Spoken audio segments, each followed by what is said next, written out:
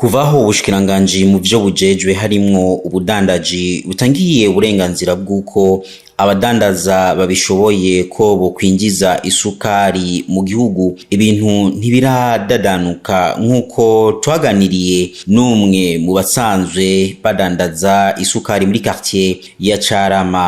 Mu bisanzwe twebwe tudandaza isukari turagenda aho tuyirangurira tukayibura, tubajije umunsi bazoyironka bakatubwira yuko nabo nyene hatavyo bazi. Mu bisanzwe iyo ngingo yari nziza kuko ni kwa kundi nyene bayizanye ari nyinshi, natwe dushikiriwe nk'ikiro kimwe, ibiro bitatu, ibiro 10 bisohose ku munsi. Nukuri iyo ngingo yari nziza cyane, ariko kandi tubasavye yuko mu maguru masha isukari yoboneka, ivyo bari vyiza cyane gose. Eka n'abayikoresha nuko nyene ikibazo c'isukari kiracari ingorane ikomeye. N'umunyagihugu asanzwe ngaha muri zone Mutakura, ikibazo c'isukari ntikiraboneka.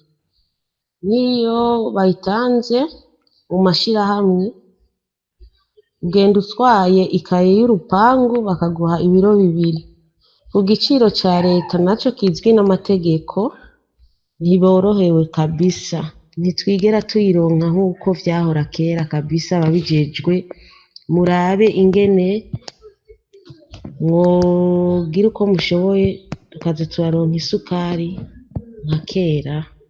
Mumenya ko iryo tegeko ryorohereza abadandaza b'isukari ryashizweho umukono kuva ku igenekerezo rya 8 Myandagaro uyu mwaka n'abashikiranganji babiri, Marie Chantal Nijimbere mu vyajejwe harimwo ubudandaji hamwe na Audace Niyonzima umushikiranganji mu vyo ajejwe harimwo ikigega ca leta.